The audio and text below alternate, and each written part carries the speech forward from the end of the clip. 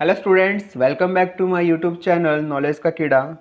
So students, आज मैं बात करने वाला हूँ चैप्टर नंबर 9 के बारे में, जो है क्लास एंड ऑब्जेक्ट। तो हम सबसे पहले स्टार्ट करते हैं क्लास के इंट्रोडक्शन से। तो इसका जो फर्स्ट पॉइंट दे रखा है वो ये दे रखा है कि class is an important feature of object oriented programming language. आपने शायद ऑब्जेक्ट ओरिएंटेड प्रोग्रामिंग लैंग्वेज के बारे में सुना होगा। इसको शॉर्ट में बोलते हैं उप्स। यानी कि जो language object oriented programming language होगी, ठीक है, वो हमेशा क्लास और ऑब्जेक्ट के कॉम्बिनेशन का यूज़ करेगी। ठीक है, तो क्लास क्या है वो हम आगे बढ़ेंगे, लेकिन आपको इसमें यह बात ध्यान रखनी है कि जो क्लास है वो उप्स का सबसे इंपॉर्टेंट फीचर होता है। ओके, सेकंड पॉइंट ये कहता है कि it is a new method of creating and applying user defined data type. जैसे कि हमने चैप्टर नंबर 6 में पढ़ा था डेटा टाइप्स के बारे में, तो वहाँ पे एक हेडिंग थी यूज़र डिफाइंड डेटा टाइप, जिसमें आपको बताया था कि जो क्लास होता है वो यूज़र डिफाइंड डेटा टाइप होता है। इट मीन्स जो यूज़र प्रोग्रामिंग करेगा वो यूज़र खुद अपने अकॉर्डिंग क्लास को बनाएगा। ठीक है, जब यूज़र अपने अकॉर्डिंग कोई चीज़ बनाता है उस चीज़ को बोलते हैं हम यूज़र डिफाइंड। ओके, तो जो क्लास है वो भी क्या है, वो यूज़र डिफाइंड डेटा टाइप है। ठीक है, तो ये एक ऐसा मेथड है जिसको आप बना भी सकते हो और इसको अप्लाई भी कर सकते हो। ठीक है, वो कैसे करेंगे वो आप आगे सीख जाओगे। ओके, तो मैं बात करता हूँ व्हाट इज़ क्लास। क्लास क्या है?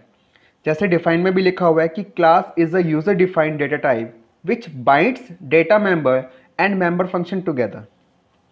ठीक है, एग्जाम्पल के लिए आप मान लो एक बार। ठीक है, मैं इसको समझा देता हूँ। एग्जाम्पल के लिए मानो कि जब हम लेसन 8 तक प्रोग्रामिंग कर रहे थे, ठीक है, तो हम मेन फंक्शन में वेरिएबल्स बना रहे थे। ठीक है, और उसके अलावा हम यूज़र डिफाइंड फंक्शन भी बना रहे थे, ये बना रहे थे ना। लेकिन जो वेरिएबल्स बनते हैं, एक्चुअल वेरिएबल बनते हैं, वो बनते हैं मेन फंक्शन में, और जो काम हमें प्रोसेस करना होता है वो चीज़ हम डिफाइन करते हैं एक यूज़र डिफाइंड फंक्शन में। ठीक है, यानी कि जो दोनों के ब्लॉक्स थे, यानी कि दोनों को जो डिफाइन किया था वो अलग अलग फंक्शन में डिफाइन किया था। ठीक है, तो क्लास क्या करता है कि जो दोनों मेथड्स हैं, चाहे वो देखो जो वेरिएबल्स होते हैं उसको बोलते हैं डेटा मेंबर। ठीक है, जो हम मेन फंक्शन में बनाते हैं जो वेरिएबल्स होते हैं उसको बोलते हैं डेटा मेंबर, और जो हम फंक्शन बनाते हैं जो यूज़र डिफाइंड फंक्शन होते हैं उसको बोलते हैं मेंबर फंक्शन। ठीक है, ये मैं क्लास की लैंग्वेज में बता रहा हूँ कि जो वेरिएबल्स बनाते हो मेन फंक्शन में वो क्लास के नज़रिए से होंगे डेटा मेंबर, और जो फंक्शन बना रहे थे यूज़र डिफाइंड वाले, ठीक है, उसको हम बोलेंगे मेंबर फंक्शन। तो जब दोनों को अलग अलग ब्लॉक में डिफाइन किया था, तो उन दोनों को बाइंड करने के लिए हम जिस मेथड का यूज़ करेंगे उसको हम बोलते हैं क्लास। तो डिफाइन में यही बोला गया है कि class is a user defined data type which binds, binds मतलब बांधेगा, डेटा मेंबर को एंड मेंबर फंक्शन को टुगेदर, एक साथ। ठीक है, हिंदी में ये लिखा हुआ है कि क्लास एक यूज़र डिफाइंड डेटा टाइप है जो डेटा मेंबर और मेंबर फंक्शन को एक साथ बांधता है। ठीक है, तो नेक्स्ट मैं बात करता हूँ इसके सिंटैक्स की। तो सिंटैक्स के लिए क्या करना पड़ेगा, सिंटैक्स में क्या कह रखा है कि सबसे पहले अगर आपको क्लास को डिफाइन करना है, आप सबसे पहले क्लास कीवर्ड का यूज़ करोगे। ओके, क्लास कीवर्ड का यूज़ करने के बाद आपको स्पेस देखकर उस क्लास का नाम लिखना है कि आप किसके बारे में क्लास बनाना चाहते हो। ठीक है, जो क्लास होता है आप उसको एक तरीके से ब्लूप्रिंट मान सकते हो। ठीक है, यानी कि जो चीज़ें कॉमन होती हैं, कॉमन चीज़ें डिफाइन की जाएगी क्लास के अंदर। ठीक है, तो आप क्लास किसके रिलेटेड बनाना चाहते हो, आप उस क्लास का नेम क्लास कीवर्ड के बाद लिखोगे। ओके, देन ब्लॉक शुरू करोगे।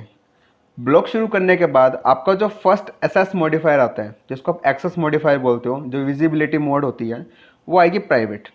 ठीक है, प्राइवेट के अंदर आप दो चीज़ डिफाइन कर सकते हो, एक है वेरिएबल डिक्लेरेशन, एक होता है फंक्शन डिक्लेरेशन। ठीक है, ये आपको सिंटैक्स में बताया हुआ है, लेकिन मैं आपको बताना चाहता हूँ कि आप जो मतलब मोस्टली जो यूज़ करोगे, आप वो यूज़ करोगे वेरिएबल डिक्लेरेशन के लिए। ठीक है, वेरिएबल मीन्स डेटा मेंबर।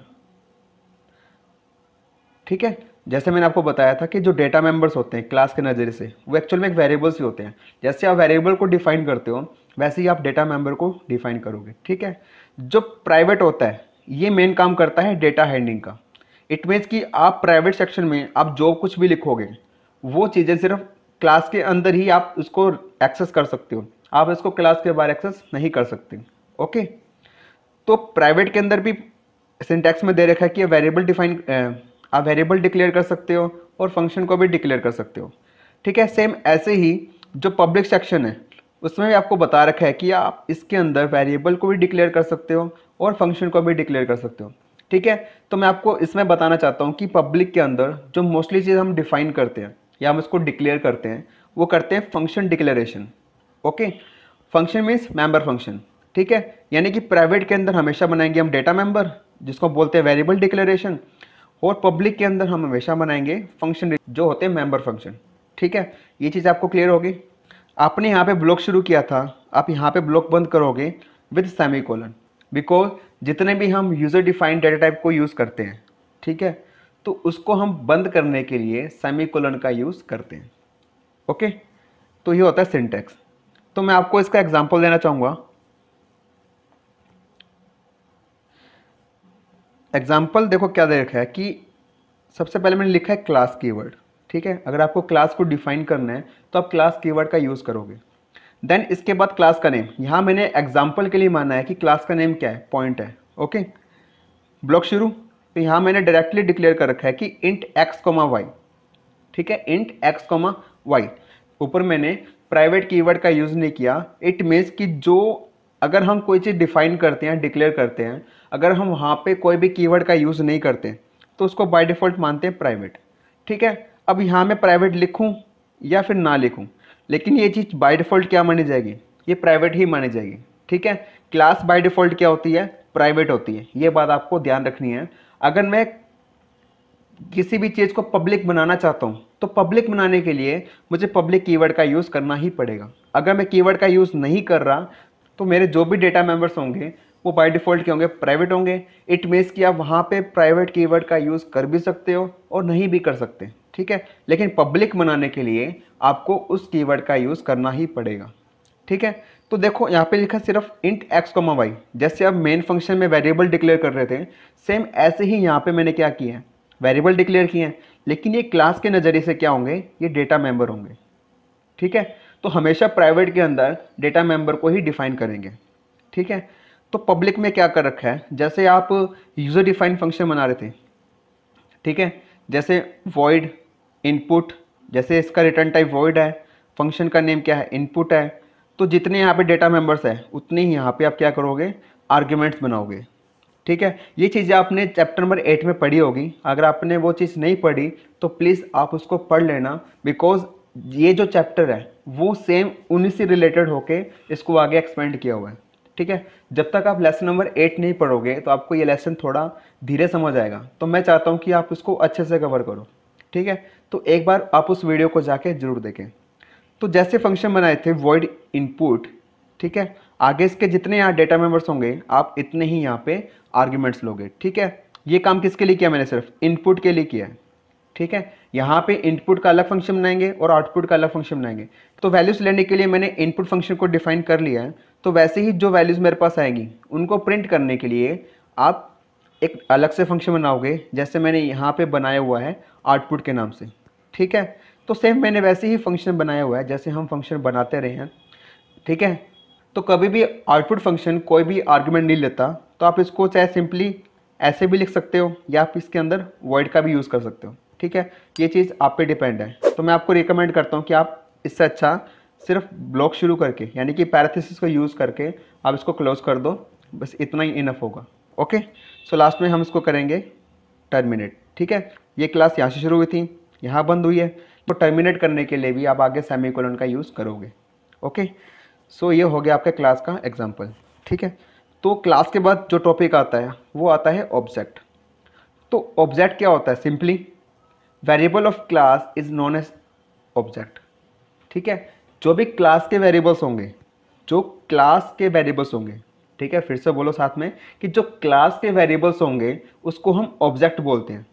ठीक है, बस वेरिएबल जानते हो ना आप, बस अब आप ऑब्जेक्ट के बारे में अच्छे से जान जाओगे। ठीक है, तो सेकंड पॉइंट क्या कहता है कि we can declare a variable of class data type same as the basic data type.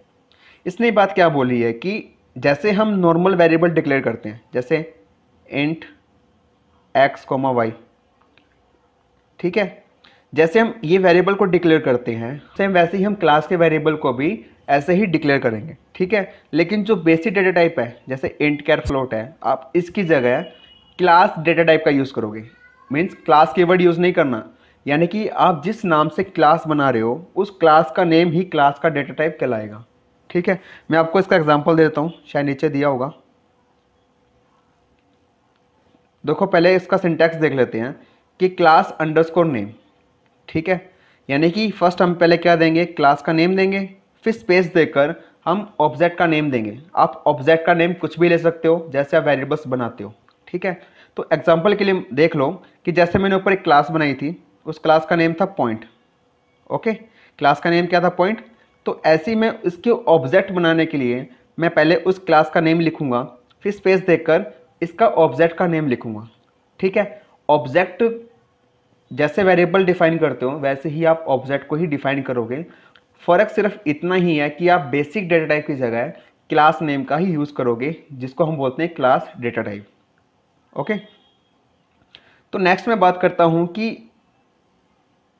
Accessing member of class, ठीक है। आप चाहे इसको ये भी हेडिंग लगा सकते हो, या आपसे सिंपली कोई पूछ सकता है कि what is the use of object, object का क्या यूज़ है। तो आपको सिर्फ यही डिफाइन छोटी सी याद करनी है कि एक्सेसिंग मेंबर ऑफ क्लास। अगर आप क्लास के मेंबर को एक्सेस करना चाहते हो तो आप ऑब्जेक्ट का यूज़ करोगे, ठीक है। तो इसके लिए नीचे पूरा लिखा भी हुआ है कि we can only access the public members of class through its object. देखो क्लास के दो सेक्शन थे, एक तो था प्राइवेट, एक था पब्लिक। मैंने आपको बताया था कि जब हम प्राइवेट का यूज़ करते हैं वो डेटा हाइडिंग के लिए करते हैं, ठीक है। यानी कि आप वो डेटा क्लास के बाहर नहीं ले जा सकते, ठीक है। लेकिन जो पब्लिक है आप उसको तो बाहर ले जा सकते हो ना, आप उसको क्लास के बाहर एक्सेस कर सकते हो ना। तो उन्हीं को क्लास के बाहर एक्सेस करने के लिए आप क्या करोगे, ऑब्जेक्ट को डिफाइन करोगे, ठीक है। जैसे आपने ऊपर ऑब्जेक्ट को डिफाइन किया था सेम ऐसे ही आप ऑब्जेक्ट को डिफाइन करोगे। ऑब्जेक्ट बनाने के बाद ही आप जो क्लास के अंदर जो भी फंक्शन बनाओगे, जैसे इनपुट बनाया या आउटपुट बनाया, आप उन फंक्शन को ऑब्जेक्ट के नेम के थ्रू आप उसको एक्सेस कर सकते हो, ठीक है। अभी आपको टेंशन लेने की कोई नीड नहीं है, या मैं आपको धीरे धीरे समझा दूंगा, ठीक है। तो सिंटैक्स देख लो कि अगर आपको एक्सेस करना भी है तो कैसे करोगे। तो पहली बात आप क्लास बनाओगे, क्लास के बाद ऑब्जेक्ट बनाओगे। ऑब्जेक्ट जो बनते हैं वो मेन फंक्शन में बनेंगे, ये बात आपको ध्यान रखनी है। जैसे जो बेसिक डेटा टाइप थे वो आपने वो कहाँ बनाए थे, ऑब्जेक्ट उसमें मेन फंक्शन में बनाए थे। अब वो चीज़ कहाँ चलेगी, वो क्लास के प्राइवेट सेक्शन में चलेगी। लेकिन अब मेन फंक्शन में क्या डिफाइन करोगे, आप मेन फंक्शन में क्लास के ऑब्जेक्ट को ही डिफाइन करोगे या इसको फिर डिक्लेयर करोगे, ठीक है। बेसिकली डिक्लेयर करते हैं, डिफाइन इसको नहीं करते। हम इसका यूज़ क्या करते हैं, जो पब्लिक मेंबर के जो फंक्शंस होते हैं उनको एक्सेस करने के लिए यूज़ करते हैं, ठीक है। तो इसको एक्सेस करने के लिए क्या करोगे, आप सबसे पहले लिखोगे ऑब्जेक्ट का नेम, ठीक है। देन डॉट, डॉट ऑपरेटर सबसे इंपॉर्टेंट है। अगर आप डॉट का यूज़ नहीं करोगे तो वो ऑब्जेक्ट उस फंक्शन को कॉल नहीं करेगा, ठीक है। तो पहले आएगा ऑब्जेक्ट नेम, फिर आएगा डॉट, फिर आएगा फंक्शन का नाम कि आपने क्लास के अंदर किस किस नाम से फंक्शन बना रखे हैं, ठीक है। उसके बाद जितने यहाँ पे फंक्शन बना रखे होंगे, यानी कि जैसे इनपुट फंक्शन था उसके अंदर 2 आर्ग्यूमेंट थे, तो आप यहाँ पे 2 वैल्यू पास कर सकते हो, ठीक है। या आप इसको इनपुट भी करवा सकते हो, ठीक है। तो आप सिंपली यहाँ पे उसकी वैल्यू भी असाइन कर सकते हो। जैसे जो वैल्यू लिखोगे आप दो, जैसे 10,20 लिखा, तो जो फर्स्ट वैल्यू होगी वो फर्स्ट आर्ग्यूमेंट में जाएगी और जो सेकंड वैल्यू होगी वो सेकंड आर्ग्यूमेंट में जाएगी, ठीक है। ये कॉन्सेप्ट आपको चैप्टर 8 में पढ़ा हुआ है। तो एग्जाम्पल के लिए देख लो, जैसे अभी हमने यहाँ पर एक ऑब्जेक्ट बनाया था पी नाम से, तो ऐसे ही क्या करोगे, वो फंक्शन को कॉल करने के लिए आपने पहले क्या लिखा है, ऑब्जेक्ट का नेम लिखा है, पी नाम से बनाया था, फिर डॉट का यूज़ किया है, फिर इनपुट। अब आप ध्यान से देखो कि जब मैंने इनपुट फंक्शन बनाया था तब मैंने यहाँ पर 2 आर्ग्यूमेंट लिए थे, ए और बी, ठीक है। तो मैंने सिंपली यहाँ पे 2 वैल्यू पास की है 10,20, ठीक है। यहाँ पे जो वैल्यू असाइन होगी वो पोजिशनल होगी, यानी कि फर्स्ट वैल्यू फर्स्ट आर्ग्यूमेंट को असाइन की जाएगी और जो सेकंड वैल्यू है वो सेकंड आर्ग्यूमेंट को असाइन की जाएगी, ठीक है। अब आता है डिफाइनिंग मेंबर फंक्शन, ठीक है। अभी आपने जो चैप्टर 8 तक देखा था, आपने वहाँ पे जो फंक्शन डिफाइन किए थे वो अभी एक तरीके से किए थे, ठीक है। लेकिन क्लास आपको 2 तरीके के फंक्शन को डिफाइन करने की फैसिलिटी प्रोवाइड करवाता है, ठीक है। ठीक है, तो हम इसका पहला पॉइंट पढ़ते हैं कि member function of class can be defined inside और आउटसाइड द क्लास, ठीक है। जो क्लास होती है आप उसको जो डिफाइन करोगे वो क्लास के अंदर भी कर सकते हो और क्लास के बाहर भी कर सकते हो। ठीक है, अंदर कैसे करोगे, जैसे आप करते आ रहे हो। ठीक है, जैसे हमने चैप्टर नंबर 8 में जो फंक्शन डिफाइन किए थे, सेम ऐसे ही क्लास के अंदर ही डिफाइन करोगे। लेकिन जो आउटसाइड होगा वो कैसे करोगे, वो मैं आपको बता देता हूँ। लेकिन हम पहले फिर पढ़ लेते हैं कि इनसाइड द क्लास। इसमें क्या बोल रहा है कि declaration of member function in the class is substituted bye its actual definition. यानी कि क्लास में मेंबर फंक्शन की घोषणा इसी वास्तविक परिभाषा द्वारा प्रतिस्थापित की जाती है। ठीक है, इतने भारी भरकम वर्ड्स नहीं पढ़ने। ठीक है, आपको इतना ध्यान रखना है कि जो एक्चुअल डिफाइन करते हो फंक्शन को, जैसे हमने पहले फंक्शन को डिक्लेयर किया, जस्ट उसके बाद ब्लॉक शुरू करके आपने इसकी स्टेटमेंट लिखनी शुरू कर दी, ये होती है इसकी एक्चुअल डेफिनेशन। तो आप जैसे एक्चुअल डेफिनेशन डिफाइन करते हो, वो चीज़ जो डिफाइन होगी वो क्लास के अंदर ही होगी। ठीक है, तो आपका इसका एग्जांपल मैं प्रैक्टिकली ओके स्टूडेंट्स, मैं आपको बताने वाला था कि आप क्लास के अंदर मेंबर फंक्शन को कैसे इसको डिफाइन कर सकते हो। ठीक है, तो मैं आपको क्लास का एग्जांपल भी दे दूंगा कि आप कैसे क्लास को बना सकते हो। ठीक है, और क्लास के अंदर आप कैसे मेंबर फंक्शन को डिफाइन कर सकते हो। ठीक है, तो यहाँ मैं हेडिंग लगा देता हूँ फर्स्ट। ठीक है, मैं कमेंट लिखता हूँ इनसाइड अ क्लास। ठीक है, तो सबसे पहले मैं आपको सिंपली क्लास बना के दिखा रहा हूँ। ठीक है, तो मैं अभी पूरा प्रोग्राम नहीं बना रहा। तो क्लास बनाने के लिए आप सबसे पहले लिखोगे क्लास कीवर्ड स्पेस क्लास का नेम। जैसे मैं क्लास का नेम लेता हूँ रेक्ट नाम से।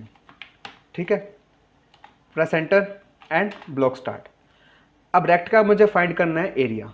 ठीक है, तो एरिया फाइंड करने के लिए मेरे पास दो वेरिएबल्स होने चाहिए।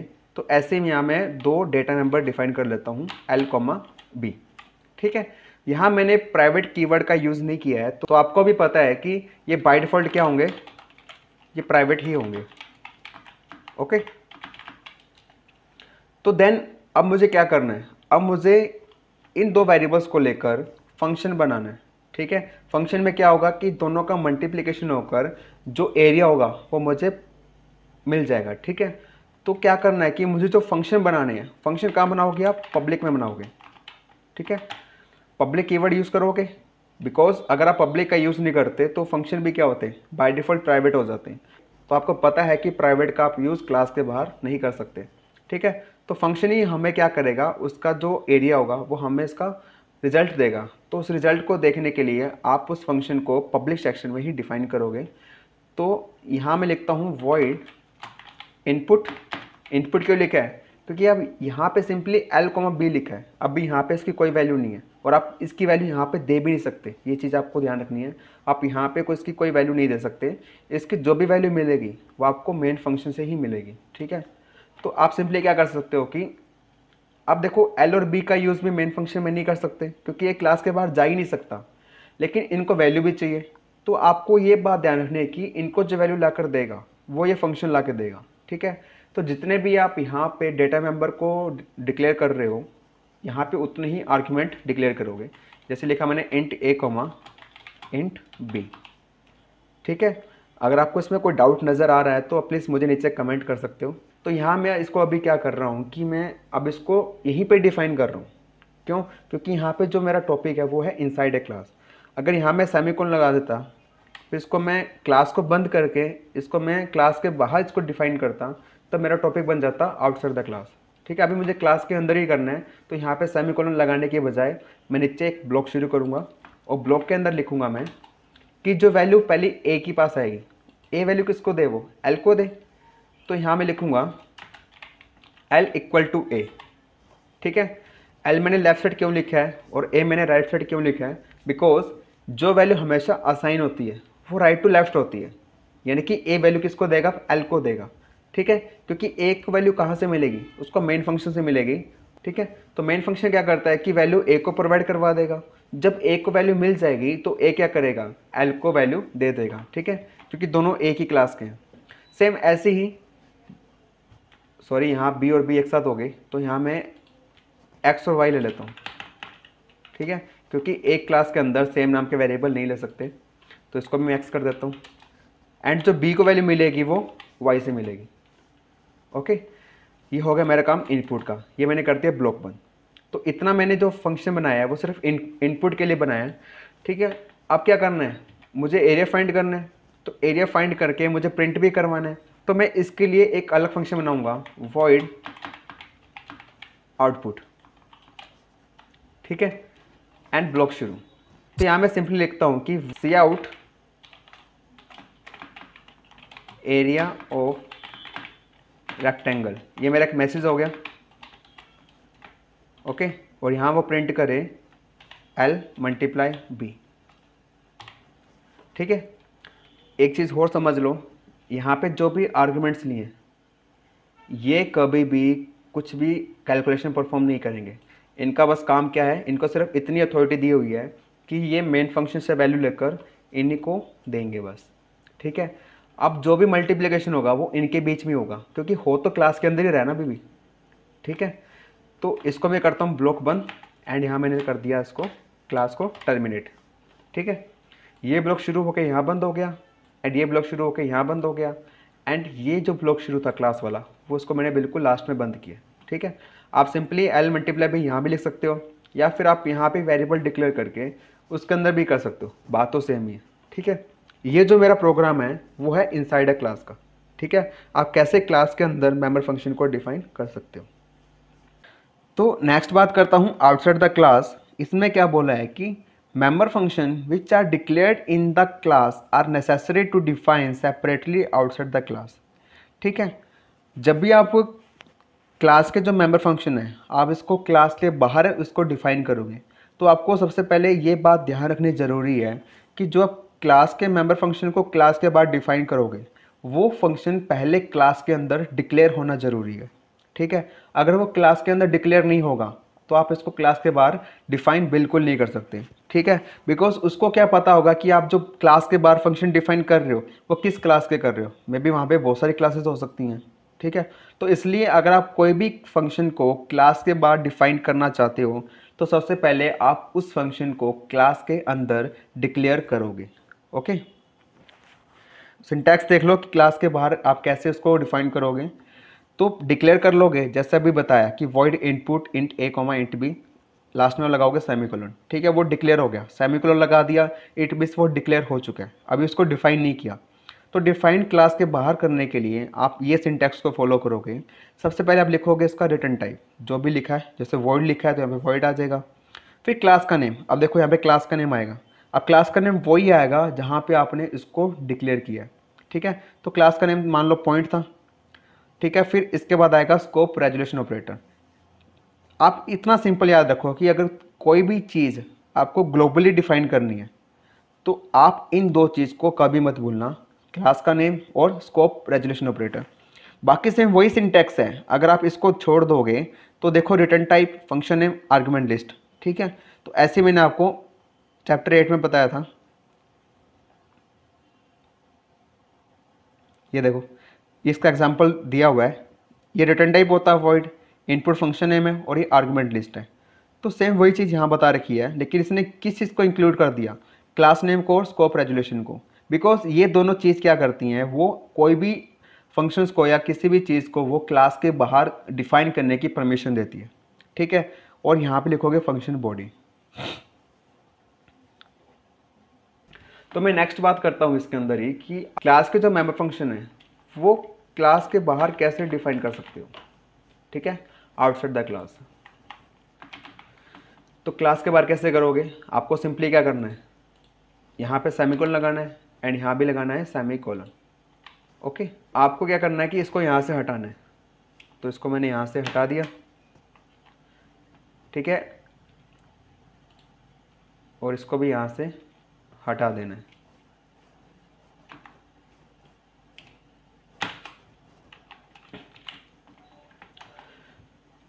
ठीक है, अभी इतना ही रहेगा इसके अंदर, क्योंकि अभी मैंने आपको बताया था कि इन फंक्शन को डिफाइन करने के लिए ये चीज़ें पहले क्लास के अंदर डिक्लेयर होनी चाहिए। तो मैंने यहाँ पे इनपुट फंक्शन डिक्लेयर कर लिया और आउटपुट भी कर लिया, और यहाँ मैंने क्लास को टर्मिनेट कर दिया। अभी चीज़ डिफाइन नहीं हुई है क्योंकि इसके अंदर की जो स्टेटमेंट्स है वो आपको यहाँ पे नज़र नहीं आ रही है। इट मीन्स कि ये अभी चीज़ें डिफाइन नहीं हुई है। तो इसको डिफाइन हम कहाँ करेंगे, क्लास के बाहर। तो यहाँ मैंने क्लास बंद कर दी, आपको ये समझ आ गया। तो मैं इसको यहाँ पे डिफाइन करता हूँ। तो डिफाइन करने के लिए मैंने आपको इसका सिंटैक्स बताया था कि आप सबसे पहले लिखोगे इसका रिटर्न टाइप, जो यहाँ पे लिखा है वो सेम यहाँ लिखोगे, स्पेस क्लास का नेम क्या है rect and scope resolution operator, ठीक है। देन यही सेम स्टेटमेंट, क्योंकि यही फंक्शन का नेम है और ये सारे क्या आर्गुमेंट्स हैं, आप सिंपली इसको यही लिखोगे input int X comma int Y. अब यहाँ पे इसको डिफाइन करोगे सेम वैसे ही कि L equal to X and B equal to Y and block 1। ये चीज़ क्या हुआ, ये क्लास के बाहर डिफाइन होगी। सेम ऐसे ही दूसरा फंक्शन को क्या करोगे, आप डिफाइन करोगे, तो जो उसका रिटर्न टाइप है वही सेम यहाँ लिखोगे। तो देन इसके बाद क्लास का नेम जो है rect, okay, scope resolution operator और उसका नाम फंक्शन का जो है आउटपुट, नो आर्ग्यूमेंट, ओके। यहाँ पे इसकी क्या करोगे, स्टेटमेंट्स लिखोगे। तो स्टेटमेंट क्या थी, सी आउट area of rectangle L multiply B। बस जो चीज़ें वहाँ डिफाइन की थी अब आप वो चीज़ें क्लास के बाहर लिखोगे। ये हो गया मेरा आउटसाइड द क्लास। तो आई होप इसमें कोई ज़्यादा अंतर नहीं है, आपको समझ भी आ गया होगा। बस आपको एक बार इसको डिक्लेयर करना है, डिक्लेयर करने के बाद बस ये लाइन को फिर से रिपीट करना है with class name and scope resolution operator, ठीक है। बाकी वही स्टेटमेंट्स लिखोगे जो आप क्लास के अंदर लिखते रहे हो, ओके। ये हो गया आउटसाइड द क्लास, ठीक है। तो इसकी आगे मैं आपको ये पूरा प्रोग्राम बना के दिखाता हूँ, उसको मैं आपको रन करा के दिखाऊंगा कि ये प्रोग्राम कैसे चलते हैं, ठीक है। तो सबसे पहले यहाँ मैं लिखता हूँ header file hash include iostream.h hash include conio.h, okay. तो देन इसके बाद क्लास शुरू हो जाएगी, ठीक है। मेरी क्लास बन चुकी है पूरी। अब मुझे बनाना क्या है, मेन फंक्शन। तो लिखूंगा मैं यहाँ पे void में ब्लॉक शुरू। देन मेन फंक्शन शुरू होने के बाद आपको क्या करना है, आपको यहाँ पर ऑब्जेक्ट बनाने हैं। तो ऑब्जेक्ट बनाने का आपको मैंने सिंटैक्स बताया था कि पहले आप लिखोगे क्लास का नेम एंड देन कोई भी, जैसे यहाँ लिखता हूँ मैं T1 नाम से, कि मेरा एक ऑब्जेक्ट है, ठीक है, ओके। फिर लिखोगे क्लियर स्क्रीन। तो T1 क्या कर सकता है, जितने भी यहाँ पे फंक्शंस हैं वो उसको कॉल कर सकता है।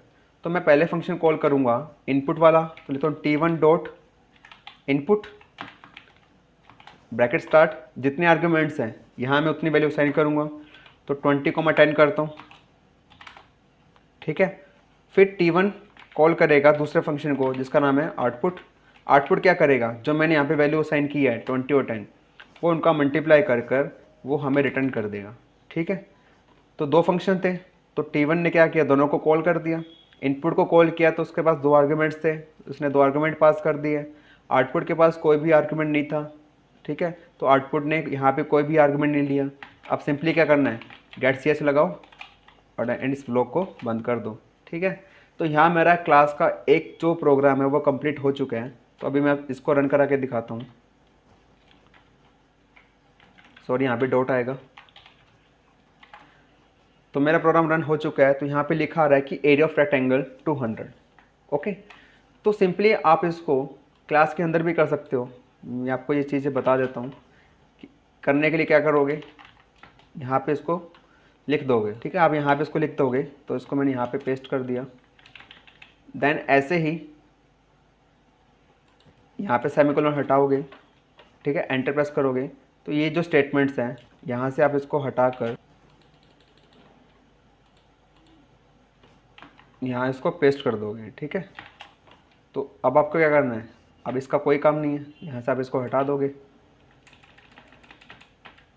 तो अब ये मेरा हो चुका है इनसाइड द क्लास। आप देख सकते हो कि जैसे यहाँ मैंने फंक्शन शुरू किया, डिक्लेयर किया, देन वही मैंने डिफाइन कर दिया, इसको भी कर दिया, देन वॉइड मेन फंक्शन।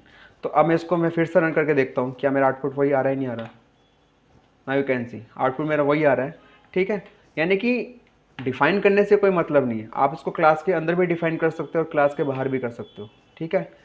इससे मतलब कोई भी चेंजेस नहीं आएगा, ये सब आपके ऊपर डिपेंड है, ओके। तो ये था एक सिंपल प्रोग्राम। सो नेक्स्ट मैं बात करता हूँ एक्सेस मॉडिफायर। तो एक्सेस मॉडिफायर अभी आपको बताया था जब मैंने आपको क्लास की स्टार्टिंग करवाई थी। तो एक्सेस मॉडिफायर क्या होता है कि जो पब्लिक और प्राइवेट कीवर्ड्स होते हैं इसी को बोलते हैं एक्सेस मॉडिफायर, ठीक है। ये जो क्लास के जो मेंबर्स होते हैं उसको एक्सेस करने के मेथड को कंट्रोल करते हैं, ठीक है, यानी कि अगर आपने कोई जो क्लास के मेंबर हैं, चाहे वो प्राइवेट में हो चाहे वो पब्लिक में हो, फॉर एग्जांपल, ठीक है, तो आप जिस चीज़ को एक्सेस करवाना चाहते हो आप उसको पब्लिक में लिखोगे, जिसको नहीं करवाना चाहते हो आप उसको प्राइवेट में लिखोगे। ठीक है, तो वो कीवर्ड्स भी अपना कुछ काम कर रहे हैं। आपने जो चीज़ प्राइवेट में लिख दी तो अब इसको क्लियर हो गया कि आप वो चीज़ क्लास के बाहर एक्सेस नहीं होगी। ठीक है, वो चीज़ कैसे हुई है, वो इस कीवर्ड की हेल्प से हुई है। अगर वो चीज़ पब्लिक में लिखी होती तो आप सिंपली उसको बाहर एक्सेस कर सकते थे। ठीक है, तो लेकिन वहाँ पे उन कीवर्ड्स का क्या रोल हो रहा है कि वो जो क्लास के मेंबर्स हैं वो उसको कंट्रोल करते हैं कि किसको क्लास के बाहर एक्सेस करना है, किसको क्लास के बाहर एक्सेस नहीं करना। वो उनके जो एक्सेस होते हैं उनके मेथड्स को कंट्रोल करेंगे।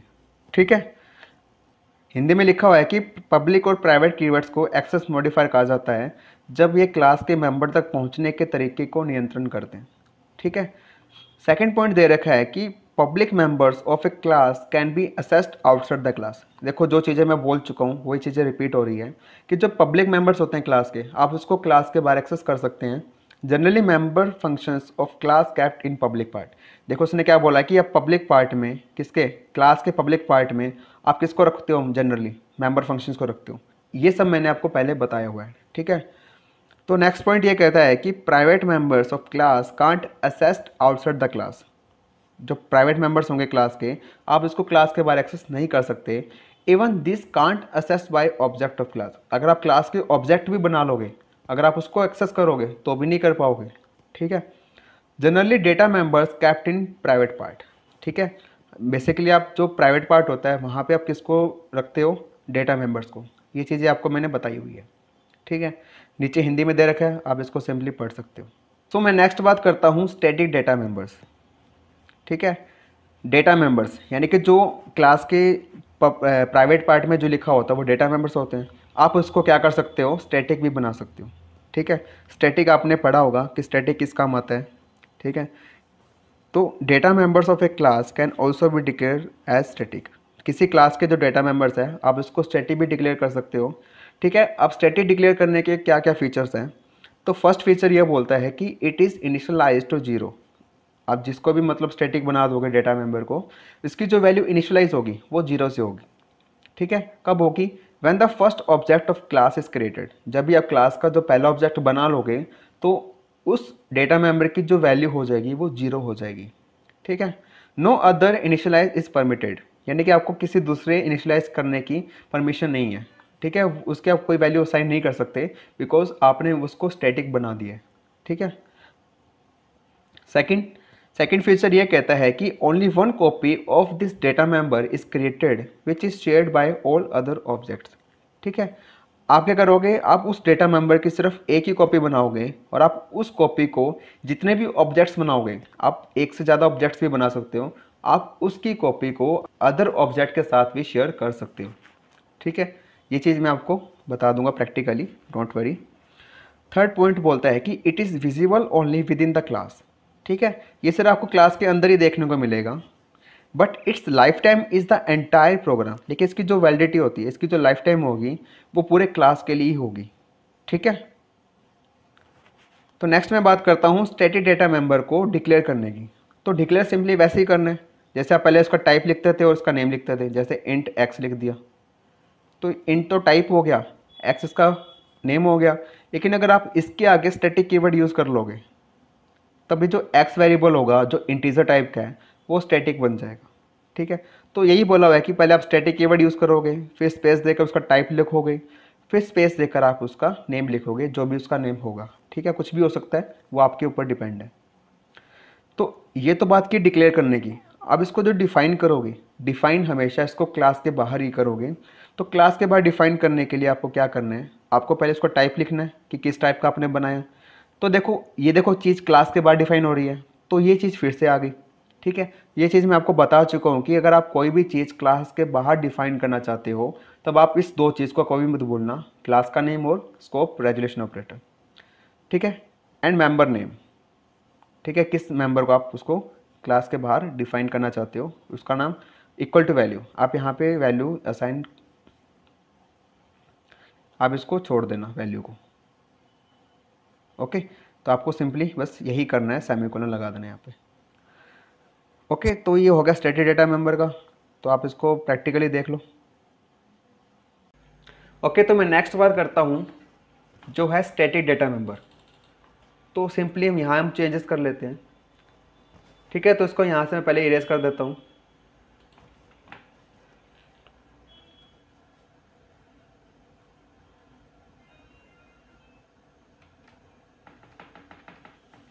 तो यहाँ मैं क्लास लेता हूँ फॉर एग्जांपल टेस्ट के नाम से। ठीक है, ब्लॉक शुरू। अब मुझे यहाँ पे क्या करना है कि मुझे यहाँ पर दो डेटा मेंबर लेने हैं। तो एक जो डेटा मेंबर लूँगा वो लूँगा मैं स्टैटिक। तो लिखता हूँ मैं इंट एक्स एंड यहाँ लिखता हूँ मैं इंट वाई। तो अभी आप समझ चुकी हो कि एक्स जो है वो स्टैटिक है और वाई है वो नॉर्मल डेटा मेंबर है। ठीक है, ये दोनों बाय डिफ़ॉल्ट क्या होंगे, प्राइवेट होंगे। तो यहाँ मैं बनाता हूँ पब्लिक। ठीक है, अब मुझे यहाँ पे देखना है कि पहले मुझे काम करना है इनपुट का। तो अभी इनपुट मैं सिर्फ वाई को दे सकता हूँ, क्योंकि एक्स तो स्टैटिक है, मैं इसकी वैल्यू असाइन नहीं कर सकता। तो मुझे सिर्फ वाई की वैल्यू असाइन करनी है। तो सिर्फ वाई की वैल्यू असाइन करने के लिए मैं फंक्शन बनाता हूँ वॉइड इनपुट। तो यहाँ लिखता हूँ मैं इंट ए। तो यहाँ पे सिर्फ ए की आर्गुमेंट लूँगा। ये मत समझना कि यहाँ मैंने दो डिक्लेयर किए हैं, लेकिन आप इसको भी समझो कि यहाँ सिर्फ एक्स जो है वो स्टैटिक है, सिर्फ वाई को ही वैल्यू देनी है। तो वाई को वैल्यू देने के लिए ए की आर्गुमेंट को यहाँ मैं डिक्लेयर करता हूँ। ठीक है, यहाँ मैं करता हूँ वाई इक्वल टू ए। ठीक है, तो यहाँ वैल्यू साइन होगी।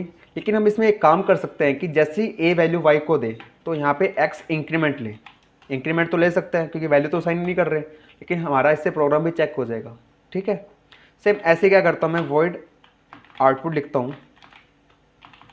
मुझे यहाँ पे क्या करना है, अब एक्स की वैल्यू को प्रिंट करके देखना है। तो एक्स की वैल्यू प्रिंट करने के लिए यहाँ मैं लिखता हूँ सी आउट वैल्यू ऑफ एक्स। ठीक है, ये मैसेज प्रिंट हो, देन वो प्रिंट करें यहाँ पे एक्स को, ब्लॉक 1। एंड यहाँ मैं करता हूँ क्लास को टर्मिनेट। तो मेरा ये क्लास तो बन चुकी है। ठीक है, डेटा मेंबर लिए, वैल्यू इनपुट करवाई, फिर इसको मैंने आउटपुट करवा दिया। अब मैंने यहाँ पे जो स्टैटिक डेटा मेंबर को डिक्लेयर किया है उसको मुझे क्लास के बाहर डिफाइन भी करना पड़ेगा। तो इसका टाइप क्या होगा, इंट होगा। ठीक है, क्लास नेम क्या है, test, then scope resolution operator. And इसके बाद क्या करना है, मुझे यहाँ पे उस डेटा मेंबर का नेम लिखना है जो है एक्स एंड सेमीकोलन। तो इसको जस्ट क्लास के बाहर ही डिफाइन करोगे और मेन फंक्शन से पहले। अब मैं यूज़ करते हैं यहाँ पे वॉइड मेन ब्लॉक शुरू। तो यहाँ मैं एक ऑब्जेक्ट बनाता हूँ टेस्ट, T1 नाम से बना लेते हैं। Clear screen. तो यहाँ पे T1 कॉल करे पहले इनपुट को। तो इनपुट के बाद सभी एक आर्ग्यूमेंट है, तो मैंने यहाँ पे एक वैल्यू असाइन कर दी। फिर T1 कॉल करे आउटपुट को गेट ch एंड ब्लॉक बंद। ओके, तो मेरे यहाँ प्रोग्राम रेडी हो चुका है। अब मैं इसको करवाता हूँ run. Now you can see value of x 1। क्यों, क्योंकि मैंने अभी T1 ने क्या किया, सिर्फ एक बार ही कॉल किया। ठीक है, अभी यहाँ मैं क्या करता हूँ, यहाँ मैं लिखता हूँ T2 एंड यहाँ मैं करता हूँ मैं T2 डॉट इनपुट, यहाँ वैल्यू साइन करता हूँ 20 एंड सेमीकोलन। अब इसको मैं रन करवा के देखता हूँ। अब वैल्यू क्या आ रही है, 2। क्यों हो रहा है ऐसा, क्योंकि जितनी बार ऑब्जेक्ट है अगर वो उसको कॉल करेंगे उतनी बार क्या होगा कि x यहाँ पे इंक्रीमेंट लेगा। ठीक है, अगर मैं फिर से करता हूँ T1 डॉट इनपुट, यहाँ मैं करता हूँ 30। नाउ यू कैन सी अब वैल्यू क्या हो जाएगी, 3 हो जाएगी। ठीक है, तो सिंपली आपको क्या समझा है कि यहाँ पे जो स्टैटिक मेंबर था, ठीक है, स्टैटिक डेटा मेंबर है, वो जितनी बार ये फंक्शन कॉल होगा उतनी बार वैल्यू साइन होगी। जैसी वैल्यू साइन होगी वाई को, वैसे वैसे एक्स क्या लेगा, इंक्रीमेंट लेगा। यानी कि अब जितनी बार यहाँ पे इनपुट को कॉल करोगे उतनी बार क्या होगा, एक्स इंक्रीमेंट लेगा। ठीक है, ये काम होता है स्टैटिक डेटा मेंबर का। तो मैं नेक्स्ट बात करता हूँ लास्ट टॉपिक के बारे में, जो है स्टैटिक मेंबर फंक्शन। जिस तरीके से आप डेटा मेंबर को स्टैटिक बना सकते हो, आप उसी तरीके से मेंबर फंक्शन को भी स्टैटिक बना सकते हो। तो फर्स्ट पॉइंट बोलता है कि like a static member variable, यानी कि data member, we can also have static member functions. जैसे आप स्टैटिक डेटा मेंबर बना सकते हो, सेम वैसे ही आप स्टैटिक मेंबर फंक्शन भी बना सकते हो। ठीक है, अब इसकी क्या क्या फंक्शंस है, इसकी क्या क्या प्रॉपर्टीज़ है इसको बनाने की।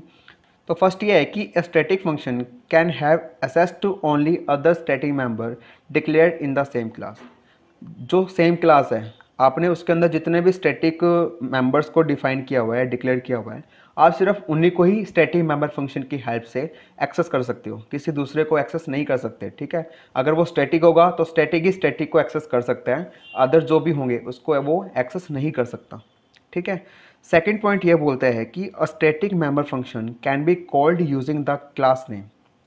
ठीक है, तो अगर आप इसको कॉल करोगे तो उसको किसको, मेंबर फंक्शन को, तो मेंबर फंक्शन को कॉल करने के लिए आप क्लास नेम का ही यूज़ करोगे इंस्टेड ऑफ इट्स ऑब्जेक्ट, उसके ऑब्जेक्ट के नेम के बजाय। ठीक है, ये चीज़ भी आपको मैं प्रैक्टिकली समझा दूंगा।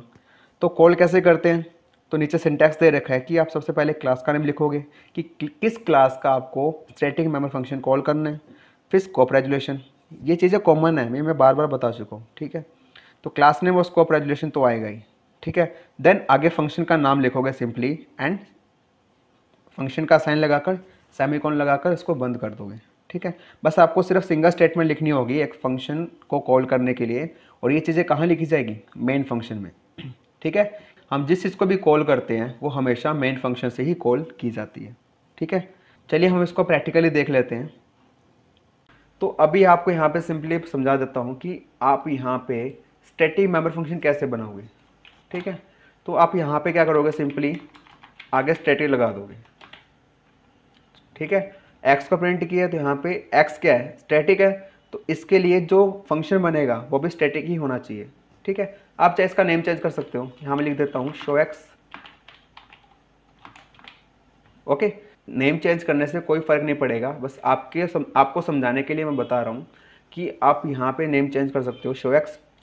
तो अब मुझे क्या करना है, अब यहाँ मुझे इसको हटा देना है। अब ये ऐसे कॉल नहीं होगा जैसे अभी यहाँ पे कॉल किया है, अब ये कॉल होगा स्टैटिक के मेथड से। जैसे मैंने आपको बताया था, सबसे पहले आएगा क्लास का नेम जो है टेस्ट, फिर देन उस फंक्शन का नाम जो है शो एक्स। ठीक है, ये देखो अब ये ऐसे कॉल होगा। चलिए मैं इसको प्रिंट करके दिखाता हूँ, नाउ यू कैन सी। ठीक है, ये होता है स्टैटिक मेंबर फंक्शन। ठीक है, आई होप आपको ये समझ आ गया होगा।